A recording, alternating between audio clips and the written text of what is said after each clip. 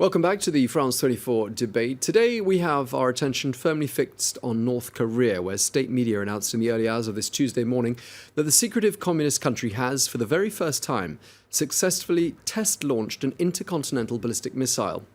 That's a development which experts are calling a game changer because it's a weapon which could potentially strike the United States mainland. Well, the launch comes as leaders from the Group of 20 prepare to hold talks at which Pyongyang and its weapons program were already on the agenda.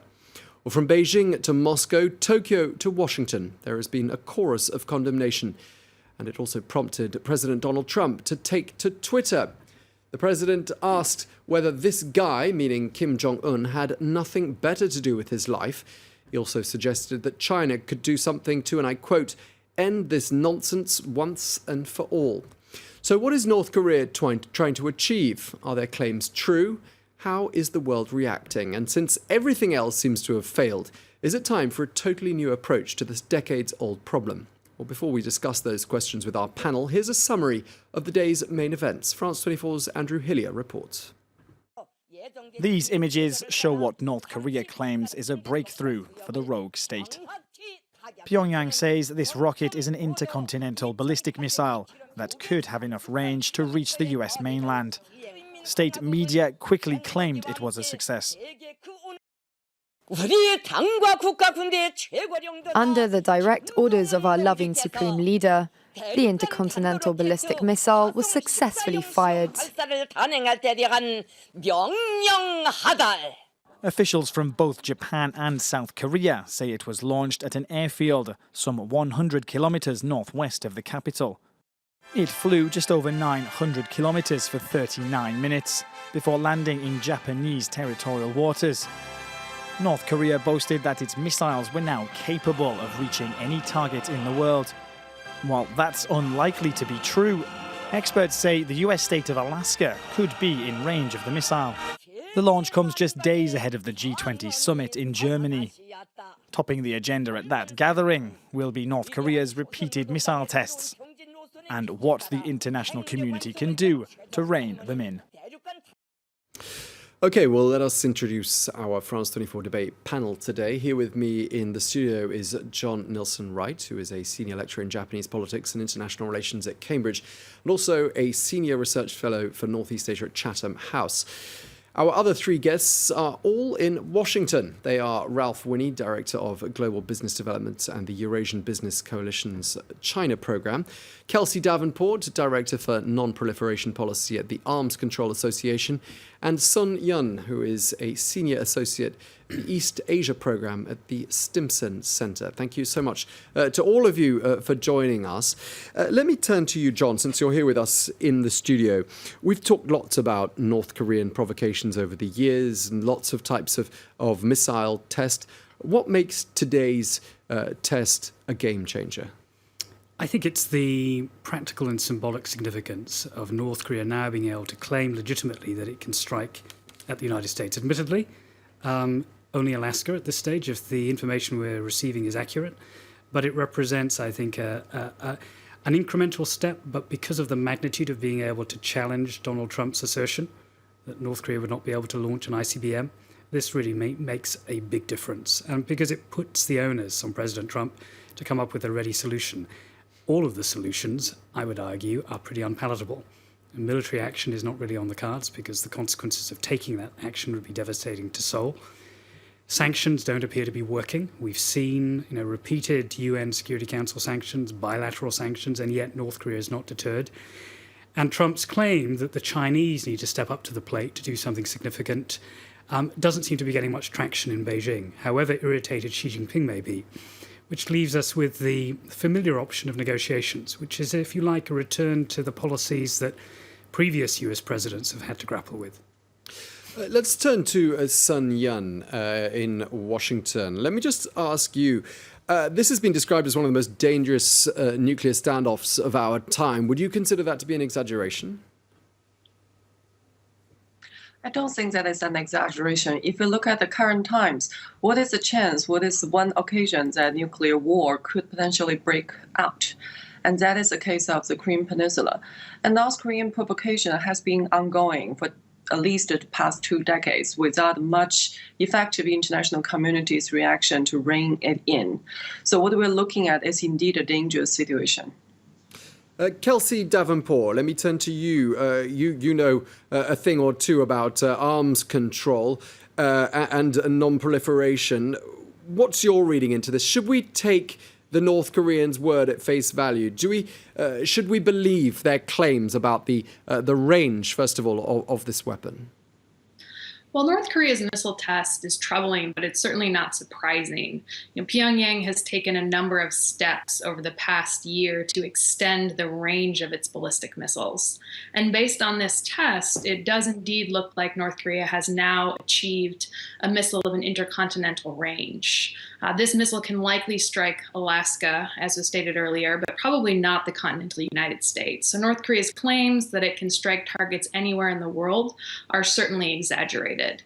But what this test really underscores is the urgent need for more talks with North Korea, because without any steps to freeze their missile development, they'll be able to continue to refine this system and eventually deploy a reliable ICBM. And that's certainly a game changer for negotiations. Let me turn to you, Ralph Winnie. Why is North Korea doing this?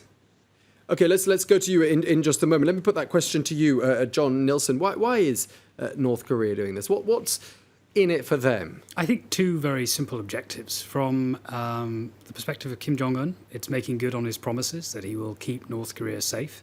This is straightforward deterrence policy, if you like, trying to ensure that North Korea has an asset that will mean that no other country, particularly the United States, is going to contemplate military action against it for fear of retaliation. But secondly, and equally important, regime legitimacy. Kim Jong-un's only been in power just over 5 years.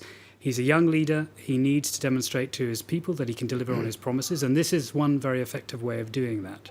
The worry, I think, in this context is that emboldened by this new progress, the leader of the country may be inclined to take more risks.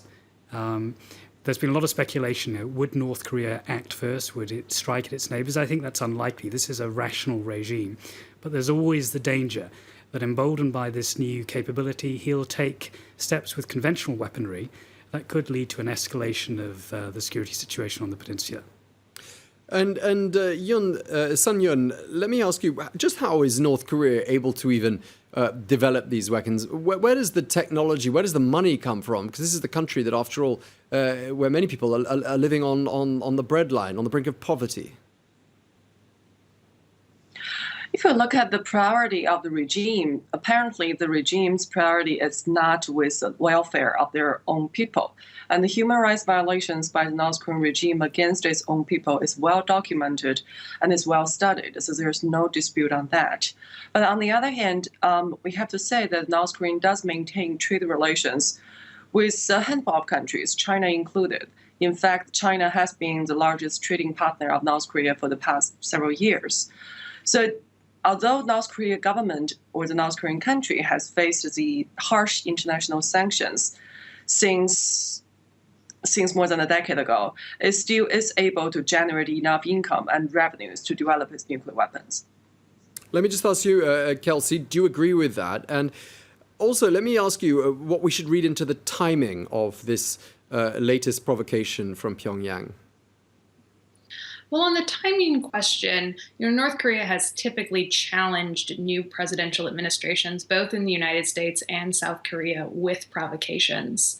And the United States, under the Trump administration, has certainly sent mixed signals towards North Korea about what U.S. policy toward that country is going to be. So I don't think it's surprising that North Korea is taking these steps to continue to try and challenge the Trump administration and the South Korean government, particularly after the high-level summit between the United States and South Korea last week here in Washington, where both sides really vowed to work together to continue to counter the North Korean threat. Now, in terms of how North Korea is continuing to develop its nuclear and missile programs, there certainly is more that can be done on the sanctions enforcement side. The United States and the UN typically respond to these provocations by piling on additional sanctions when there needs to be more enforcement, and the focus really should be in that area because that will help disrupt North Korea's illicit trafficking networks. Just looking at this recent launch, it seems that technology imported from China was likely used for the vehicle that transported the missile. So cracking down on these areas can make it more difficult for North Korea to continue to advance its program. But it's still important to remember that sanctions alone are not going to solve this problem. That's why we really need to engage in negotiations to freeze their activities. And just staying with you for a moment, Kelsey, because some of the reports I was reading today, experts suggesting that perhaps the real threat and the more immediate threat posed by North Korea isn't in fact a nuclear threat, but the threat of a chemical weapons attack. Do you share that view? Do you think that is an immediate danger? Well, it's important to remember that North Korea very publicly and very visibly used a chemical weapon to kill Kim Jong-un's half-brother in Malaysia earlier this year.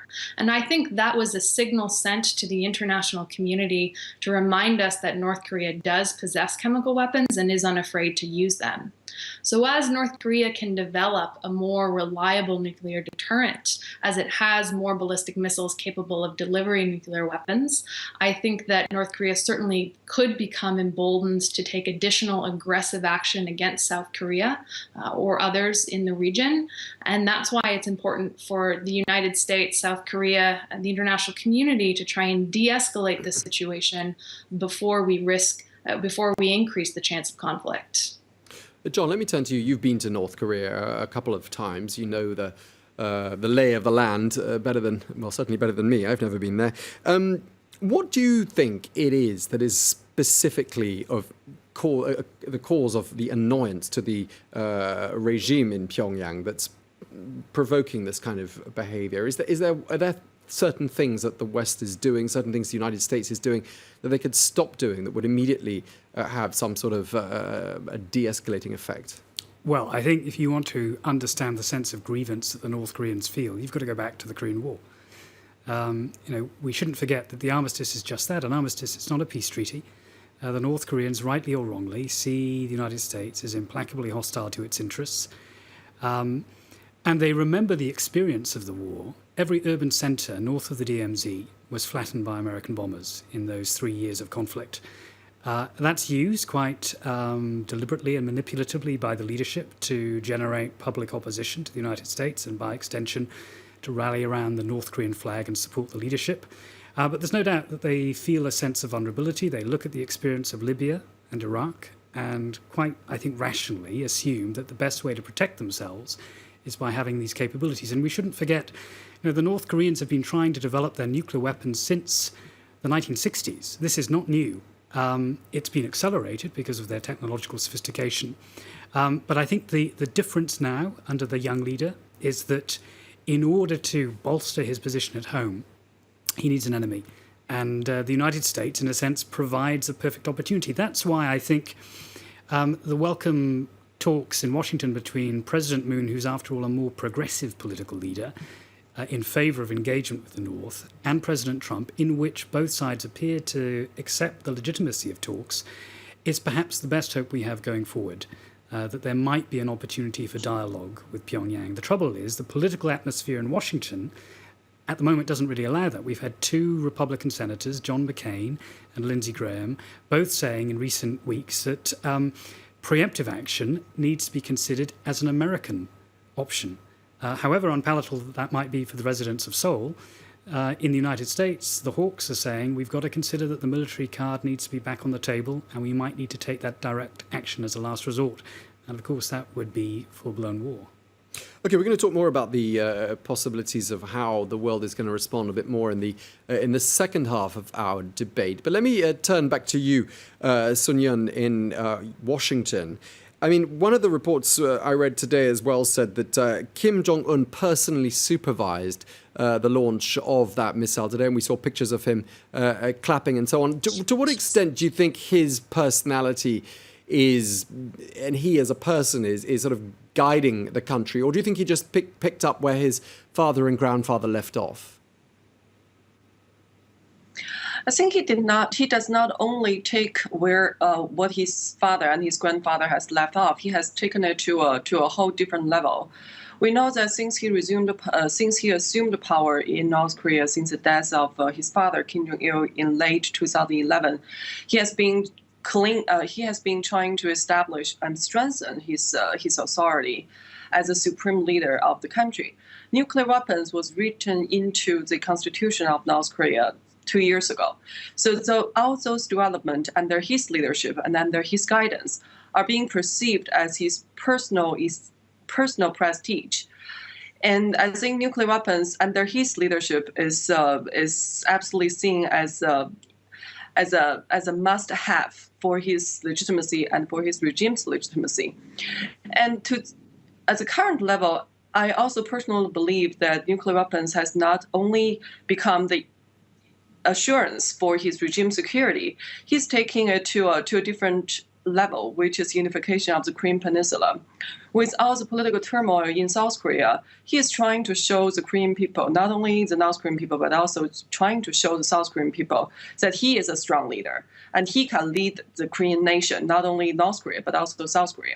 It's a far-fetched game. It's unlikely to be realized anytime soon, but I have to believe this is part of his personal calculations. Let me just turn back to you, Kelsey Davenport. First of all, do you agree with that? Is it essential that North Korea hangs on to its nuclear weapons or face the prospect of disappearing, being basically a total regime change in a matter of hours of disposing of their weapons? I think that's certainly a concern that motivates North Korea's continued development of its longer-range ballistic missiles and its decision to expand its nuclear arsenal. So what the United States and others need to do is recognize that fear and build into any negotiating package steps that will assure North Korea that an invasion, that an attack, would not be imminent if North Korea were willing to take steps to de-emphasize these programs and enter into talks that freeze and ultimately roll them back. We're running out of time in the first half. John, let me just turn back to you. I mean, how likely do you think it is? Could you envisage the North Korean leadership going as far as to launch a preemptive strike? And if they did, where would they strike? I think that's extremely unlikely. They know that the consequences of that would be swift and devastating for North Korea. The only scenario, I think, in which the North Koreans would preempt would be if they felt that their regime was directly threatened. If they believed the rhetoric of Donald Trump, that all options are on the table and that he was on the point of ordering a military strike against Pyongyang. That's why this situation is so perilous. Brinkmanship, rhetorical brinkmanship, the deployment of military assets to the region, as we saw with the dispatch of the USS Carl Vinson battle group, all of that runs the risk of creating miscalculation and misapprehension on the part of the North Koreans. At the same time, it's still important, but I think the probability of the North taking direct military action is for now, that sort of preemptive scenario, unlikely. Okay, we're going to be looking more at the international reaction and possible next steps, as well as lessons learned during what's been a long process of dialogue with North Korea and Western powers, although not much progress in recent years. Do stay tuned to France 24. The debate continues after this break.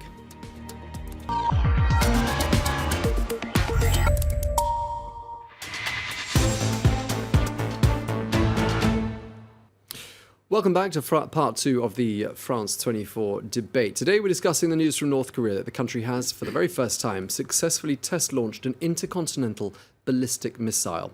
That's a development which many are calling a game-changer because of its potential range, meaning that Pyongyang could potentially strike the US state of Alaska.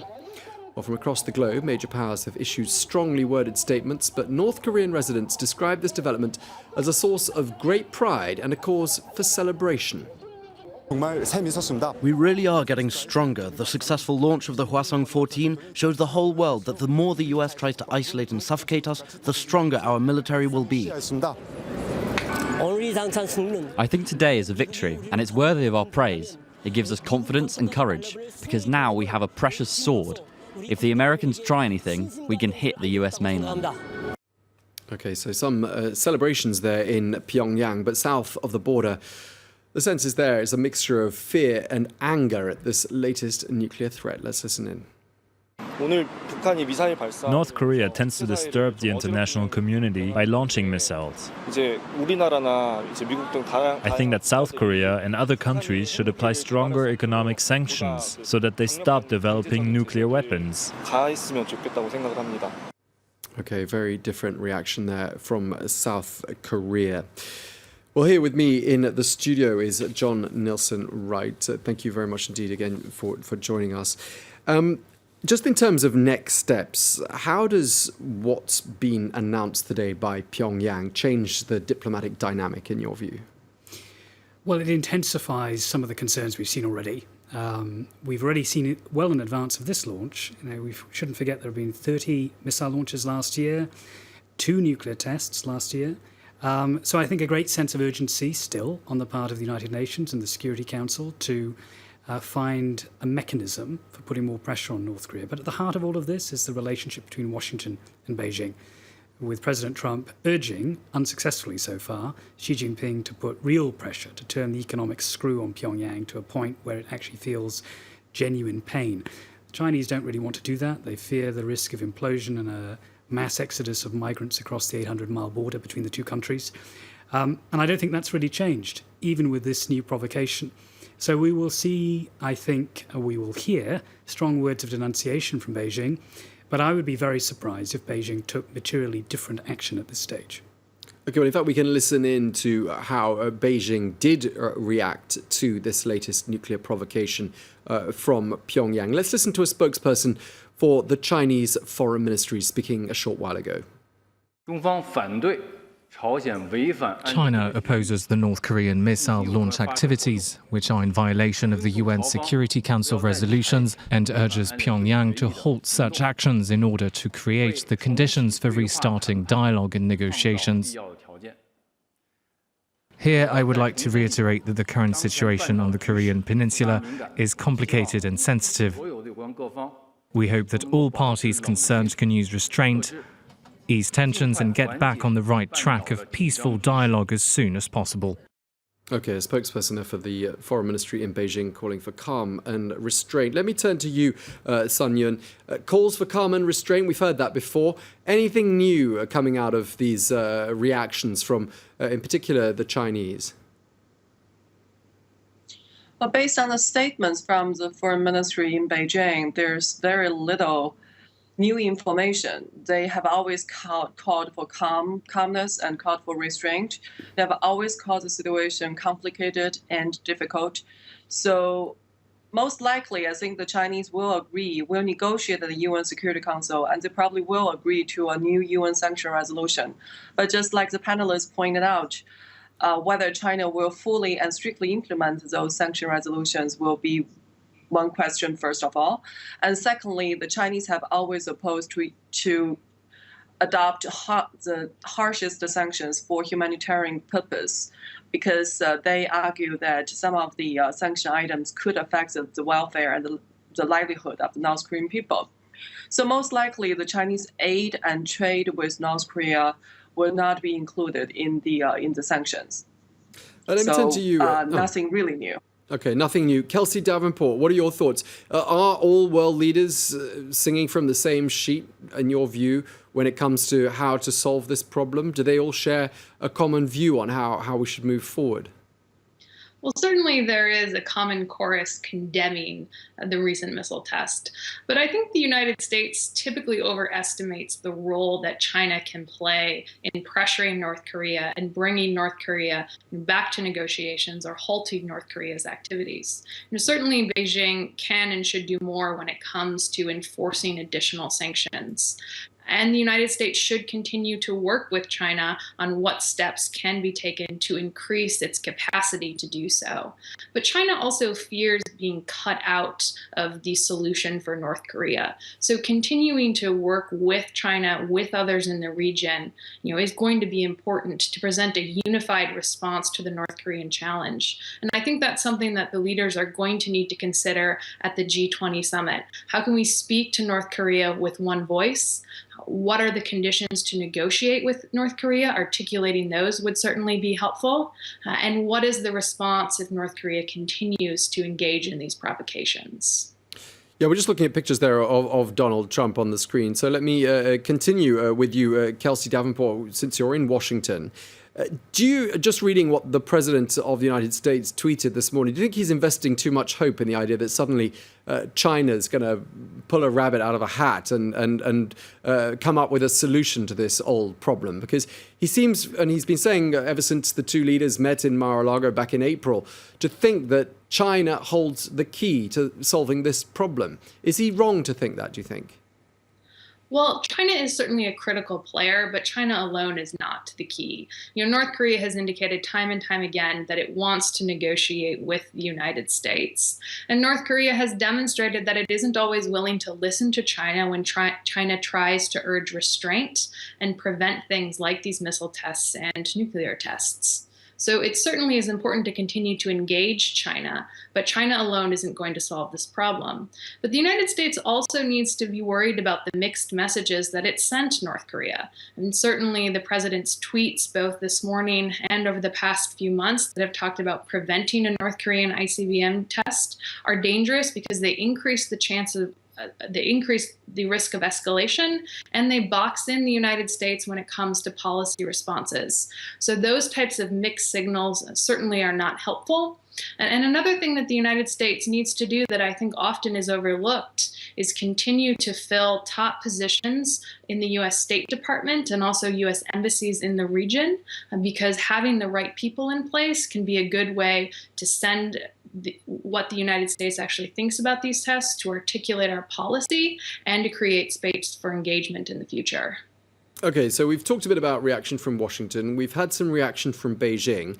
It just so happens that the Chinese president was in Moscow today holding talks with the Russian President Vladimir Putin, talks which have been planned long before this latest provocation, and talks aimed at paving the way for the G20 summit. Let's listen to how the Russian President Vladimir Putin reacted, what he had to say.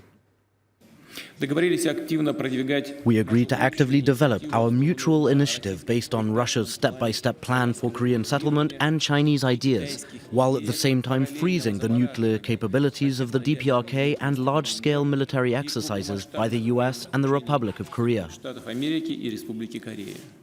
Okay, the Russian President Vladimir Putin speaking there. John, let me turn to you. What we just heard there from Vladimir Putin is that it sort of takes two hands to clap, really. It's not just not just North Koreans that have to do something. The United States have to do something as well. In particular, these provocations, these seen by the North, these joint military exercises with South Korea. Do you see the United States perhaps making a compromise, or can it simply not make a compromise? Would that just show the United States, the world's greatest power, having to capitulate to what is essentially an impoverished nation on the Korean Peninsula? We are emphatically not going to see any willingness on the part of the US, or for that matter South Korea, to suspend those joint exercises. That's a very important and well-established part of bilateral alliance cooperation. We had an advisor of President Moon floating that idea just a week or so before the summit between the two leaders. That's clearly now no longer being considered as an active consideration. I would take exception with one important point with the previous speaker, which is this idea that the North Koreans genuinely at this stage want to talk to the Americans. I think they're playing this out for as long as they can, because time is their biggest asset. They can continue, if you like, to use the confusion and the division of opinion between the key actors, those five powers, South Korea, the US, Japan on the one side, and China and Russia on the other, to exploit that to develop their WMD capability. And that's, I think, the problem for the Americans. How do you get the North Koreans back around the negotiating table? There has to be both a combination, I think, of pressure. Sanctions, tougher sanctions is one way forward, but some incentive as well. And for now, I think Pyongyang realizes that, in a sense, it has the upper hand. Let me turn back to you, Sun Yun, and ask for your view. I mean, do you think that we heard Donald Trump saying, President Trump said a few months ago that Kim Jong-un is what he called a smart cookie? He said, why not hold talks if the conditions are right? Do you think that's a scenario where we're ever going to see those two men shaking hands and sitting around a table? Well, I'm not sure if it is going to happen in the near future for the two leaders, for Donald Trump and Kim Jong-un, to sit at the same table. But we do know that the private and track 2, and if I may call it track 1.5 dialogue between the United States and North Korea have been ongoing. And most recently, it took place in, well, first of all, in May, it was in Oslo, and then in early June, it was in New York.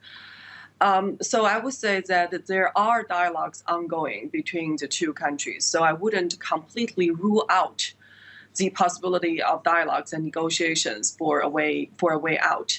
I agree with John that I don't think that the United States and South Korea will be willingly give up their military exercise, because that's a matter of principle and it's not related to the North Korean provocation, meaning that it should not be a part of the bargaining chip that North Korea can use their nuclear provocation to force the United States and South Korea to give up their military exercise.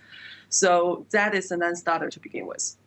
Okay, and just staying with you for a moment, I'm just looking at the leadership in Pyongyang. We talked about it just a short while ago as well. But we talk a lot in the media every time what are interpreted as being cracks emerging, whether it's Kim Jong-un deciding that one of his uncles should be executed. Perhaps we over-exaggerate the importance of those fractures. Are you seeing any fractures? Do you notice any particular signs that the leadership in Pyongyang isn't as strong as it had been in the past, or perhaps that Kim Jong-un isn't taken seriously, being relatively young and relatively inexperienced? Well, the regime stability of Kim Jong-un had always been a question since he assumed power in 2011.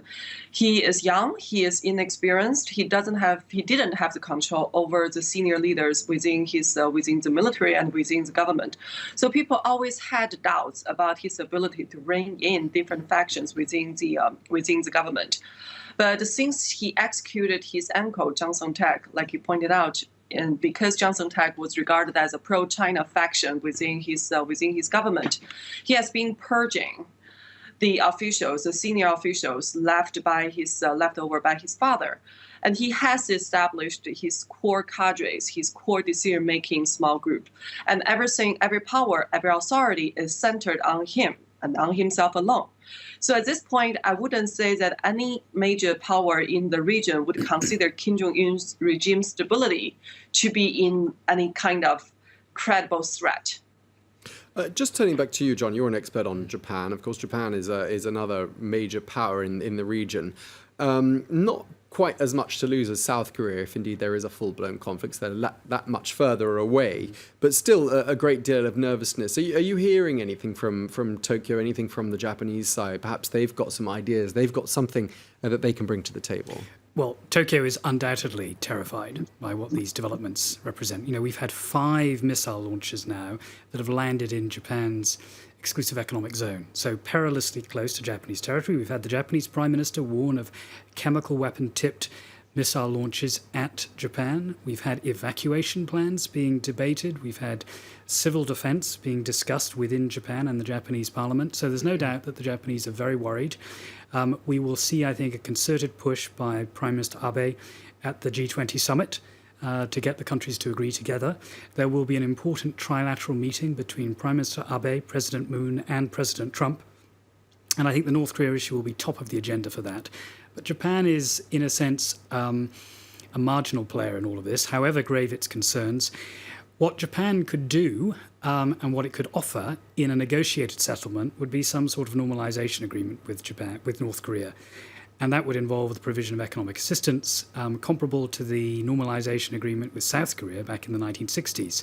But we're a long way from that sort of discussion. So Japan, unfortunately, can only look from the sidelines, if you like, at a growing deterioration in relations. And its immediate response is to push for greater coordination and to strengthen its own defences. And just turning back to you, Kelsey Davenport, I mean, there's a lot of onus on a lot of world leaders to do something, but perhaps the people who have the easiest run of it at the moment is the North Koreans. They've got absolutely nothing to lose, have they? Well, they certainly don't have anything to lose right now while the international community remains fractured.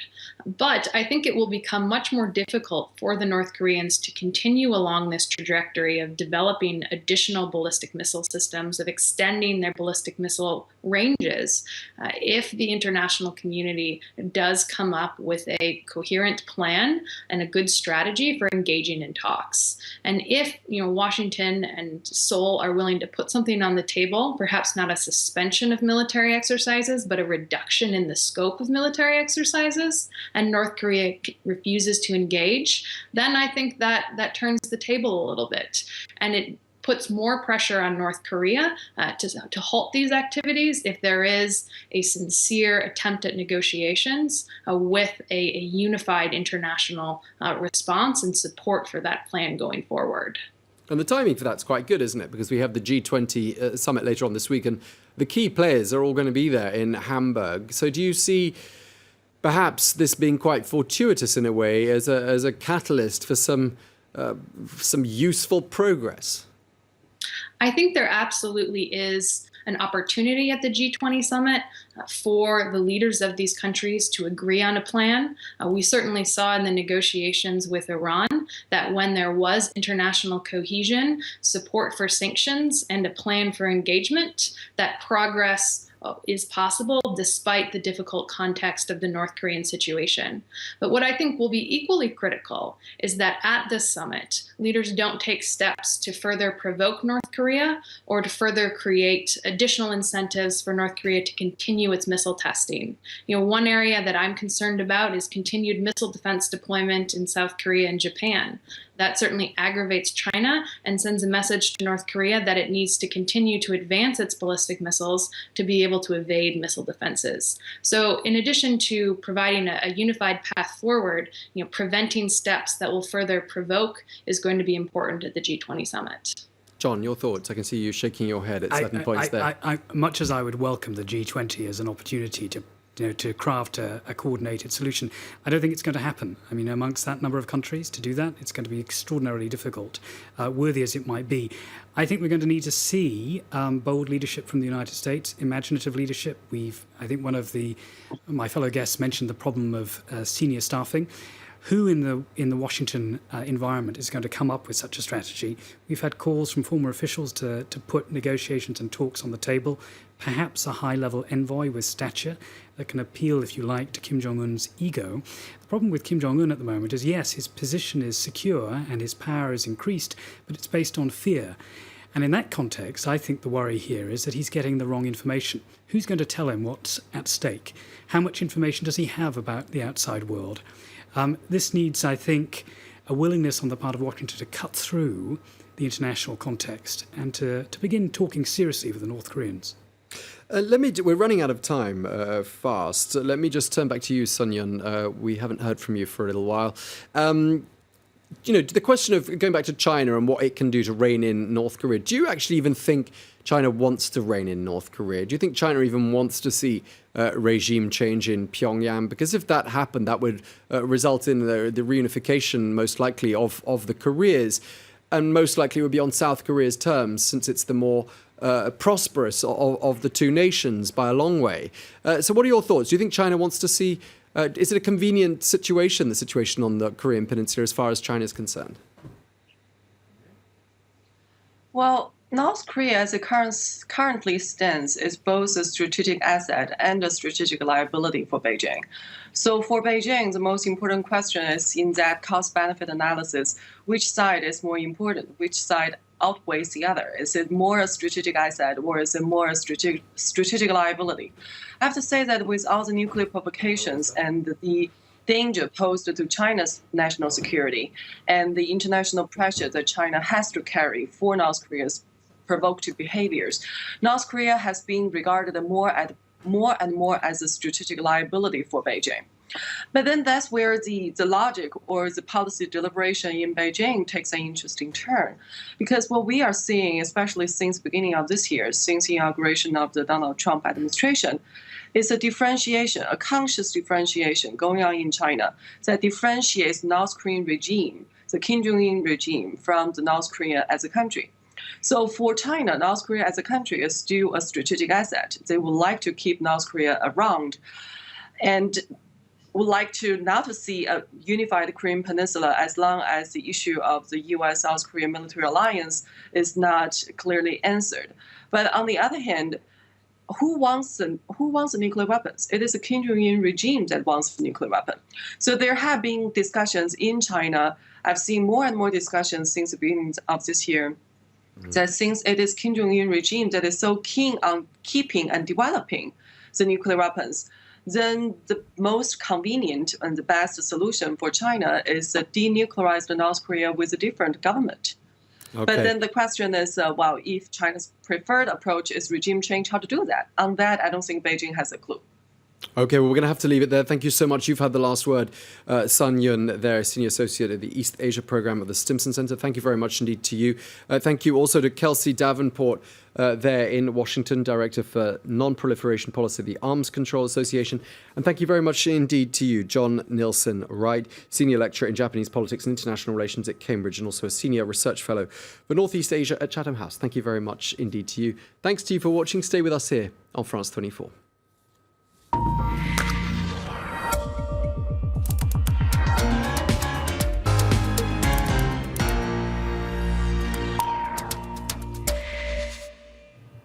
Okay, our very own Emma James has been taking a look at reaction online to the latest missile test there in North Korea. Hi there, Emma. What have you got for us? Yes, well, there's obviously a great deal of concern out there, unsurprisingly, with the news of this latest missile test. But as can always be relied upon, the cartoonists are able to find something a little bit humorous to amuse us with. This one from Christian Adams in the London Evening Standard has Donald Trump lighting the fuse on his Independence Day fireworks while Kim Jong-un is right behind him pointing a ballistic missile at an area where the sun does not shine. But of course, a lot of the social media attention has been very much focused on Donald Trump's own tweet reactions to this. North Korea has just launched another missile. Does this guy have anything better to do with his life? Hard to believe that South Korea and Japan will put up with this much longer. Now, a lot of people obviously pointing out the hypocrisy of him saying, does Kim Jong-un have nothing better to do with his life? Well, of course, Donald Trump is sitting there sending out tweet messages. But there are people who like what he has to say. Of course, he has many, many diehard supporters. But if you want some very interesting analysis on this, Laura Rosenberger has tweeted many tweets on this subject today, a really very interesting thread that is worth taking a look at. She's a former foreign policy advisor to Hillary Clinton when Hillary was the Secretary of State. But this isn't really about politics. It's not a partisan thread. It is very much a question of she has studied North Korea. She knows it. And what she says in her tweets is that we spent hours poring over North Korean statements to understand their thinking. And she says that North Korea uses its propaganda mouthpieces very, very carefully indeed. And what she says is that they will be looking at these tweets from Donald Trump from the same point of view, assuming that it is all very important, very official, and it means a lot. And what she says here is it's time to drop the pretense that his tweets can ever be considered anything other than official statements. There's an interesting article in The Guardian too, written by Simon Tisdall, and I'm paraphrasing him a little bit here, but basically what it boils down to is that he says while Trump is tweeting, the Chinese and Russian presidents are doing some real work. And what he says is this is a diplomatic double act that contrasts sharply with Donald Trump's crude threats and pressure tactics. He also says that Chinese media is reporting that there is an agreement between Xi Jinping and Vladimir Putin to actually push for a proper settlement via dialogue and negotiation with North Korea. He actually goes on to call Donald Trump an amateur, saying that he is becoming increasingly alienated as everyone else is agreeing to work together, and he just continues saber rattling. Okay, and Emma, one of the things we were talking about in the debate is just to what extent should we believe the claims from Pyongyang, in particular, in as far as the range of that missile is concerned. What are you hearing? Well, North Korea says it can reach anywhere in the world with this missile. That isn't certainly there aren't too many people agreeing with that online, it has to be said. However, it does seem to be accepted by people who know far more about it than I do, that yes, indeed, this was an intercontinental ballistic missile. Adam Mount, who specialises in nuclear and defence policy at the Centre for American Progress, has tweeted that for years US policymakers made that the threat of that missile from North Korea the critical threshold that they couldn't allow North Korea to cross. He's another one who's been sending out many tweets today that are very, very interesting. He says, when you hear someone say this test isn't important because it can't hit the continental US, stop listening. Now, the Pacific Command says it was an intermediate missile, but lots of people simply don't believe that. And the reason for it is this. It was actually fired directly upwards. And that graphic doesn't seem to be showing us anyway. So it didn't travel as far as it was capable of. But as you can see from that, it says there, this was a missile that could have reached somewhere between Anchorage and Honolulu. All right, well, thank you very much indeed for that. Emma James there with today's edition of Media Watch. Well, that's it from me. The news is next with Laura Cellier. Do stay tuned to France 24.